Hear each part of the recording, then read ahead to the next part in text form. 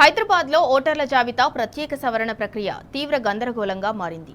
క్షేత్రస్థాయిలో booth level ఆఫీసర్లు అందుబాటులో లేకపోవడంతో ఓటర్లు తీవ్ర ఇబ్బందులు పడుతున్నారు. దరఖాస్తుల పరిశీలన, ఓట్ల ధృవీకరణ ప్రక్రియ సక్రమంగా సాగటం లేదు. ఈ సవరణ గడువు ముగియటానికి కేవలం 10 రోజులు మాత్రమే సమయం ఉండటంతో ఎక్కడ తమ ఓట్లు గల్లంతవుతాయోనని నగరవాసులు తీవ్ర ఆందోళన వ్యక్తం చేస్తున్నారు.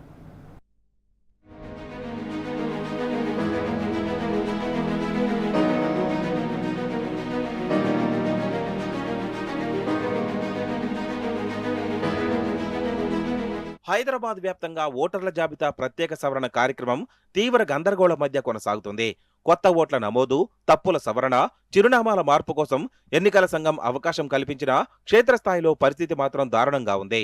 నిబంధన ప్రకారం బూత్ లెవెల్ అధికారులు ఇంటింటికి తిరిగి ఓటర్ల వివరాలను సేకరించాలి. కానీ నగరంలో ఎక్కడా BLOలు క్షేత్రస్థాయిలో పనిచేస్తున్న దాఖలాలు కనిపించడం లేదు. కార్యాలయాలకే పరిమితమవుతూ కాలక్షేపం చేస్తున్నారనే విమర్శలు వెల్లువెత్తుతున్నాయి.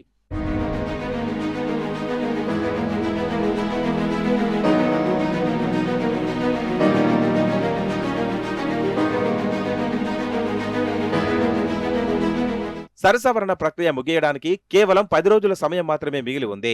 ఇప్పటికే వేలాది అప్లికేషన్లు పెండింగ్లో పడిపోయాయి. ఆన్లైన్ దరఖాస్తు చేసుకున్న వారికి కూడా క్షేత్రస్థాయి పరిశీలన జరగకపోవడంతో ప్రక్రియ ముందుకు సాగడం లేదు. మరోవైపు ఓటర్ల జాబితాలో పేర్ల తొలగింపుపై కూడా స్పష్టత కరువైంది. అధికారుల నిర్లక్ష్యం ఇలాగే కొనసాగితే రాబోయే ఎన్నికల్లో లక్షలాది మంది ఓటర్లు తమ ఓటు హక్కును కోల్పోయే ప్రమాదం పొంచి ఉంది. ఇక్కడ SIR మొదలైన తర్వాత అదే కాంగ్రెస్ పార్టీ ఇక్కడ తెలంగాణలో ఎన్ని జాగ్రత్తలు తీసుకుంది. మరి ఈరోజు SIR ప్రక్రియలో ఎన్యుమరేషన్ ఫామ్ ఫిల్ చేసి నింపాలి అంటే 2002, 2025 ఓట్లను మ్యాపింగ్ చేయడం, అదేవిధంగా BLOలకు ఇచ్చిన మొబైల్ యాప్లో వాటిని సబ్మిట్ చేయాలి ఫామ్ని. అంటే ఆ సాంకేతిక పరిజ్ఞానం ఉండాలి వాళ్ళకి, చేసే వాళ్ళకి ఆ టెక్నాలజీ తెలిసి ఉండవాలి, కనీసం మొబైల్ వాడడం తెలిసి ఉండాలి. కానీ ఇప్పుడున్న BLOలకి చాలామందికి కూడా కనీసం మొబైల్ వాడరాని వాళ్ళు BLOలుగా నియమించింది ఈ ప్రభుత్వం.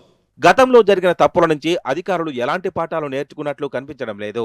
సమయం ముంచుకొస్తున్నా ఉన్నతాధికారుల్లో చలనం లేకపోవడంపై సర్వత్రా ఆగ్రహం వ్యక్తమవుతుంది.